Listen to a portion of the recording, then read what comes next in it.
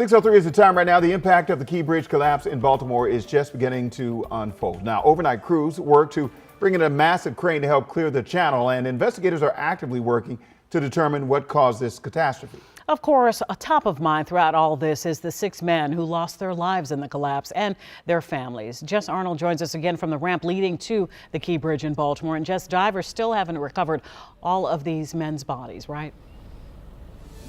Unfortunately not. Yeah, they were able to pull 2 people from the water on Wednesday, they said, but they're still searching for 4 other men who are presumed to be dead amongst the rubble there in the water. Now, those diving crews said it's been a really big challenge because they can hardly see in this murky water. So they're having to feel their way around for that mangled metal as they search for those 4 remaining men who are still missing. Now, still later on today at 2 p.m., CASA, which is the group that is helping these victims' families, is going to be holding a press conference to honor them. And you'll be hearing from other construction workers there as well. I want to go through the names of all of these men who were killed in this collapse.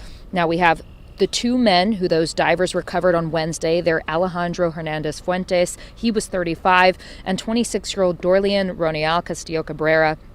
Now, the 4 men who are still missing are 34-year-old Minor Yasir Suazo Sandoval, 35-year-old Jose Minor Lopez, Miguel Luna, and a man that CASA said is named Carlos, whose full name hasn't been released yet. Now, at this presser, CASA said that they'll also be spotlighting this dangerous but critical work that construction workers do every day, because remember, those men were on the bridge filling potholes when this happened. Now, they plan to call on President Biden to honor these men's lives by providing work permits and temporary protected status for fellow construction workers, many of whom are immigrants working dangerous overnight hours. Now, early this morning, the U.S. Army Corps of Engineers are planning to move in a 1,000-ton crane. They say it's the largest on the eastern seaboard to help with all this cleanup. And they have another crane that's supposed to be coming tomorrow. They're covering the entire cost of cleaning the channel. That's the U.S. Army Corps of Engineers I'm talking about. And there's also more help to cover the cost. The Biden administration approved $60 million in emergency aid to help clear the debris. Now, this doesn't include the cost of rebuilding the bridge.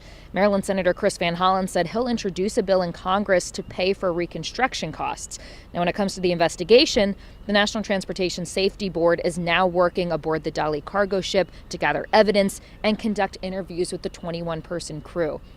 Now, there's a new video here of that investigation. Senator Van Hollen says they're working hard to reopen the port as efficiently as possible.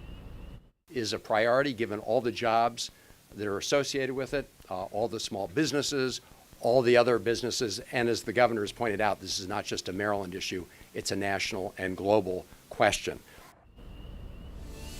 Now, Maryland Governor Wes Moore said that it is really difficult to predict how long it'll take to clear out that channel before they can fully open that port back up to business. As we know, leaders have been pushing that because, as you heard from the senator there, this is impacting so many people, not only here in this area. Now, when it comes to the investigation, the National Transportation Safety Board says it could take up to 2 full years for them to be able to release their full report on the cause of this collision and then collapse. So we'll keep you posted when we have those results, guys.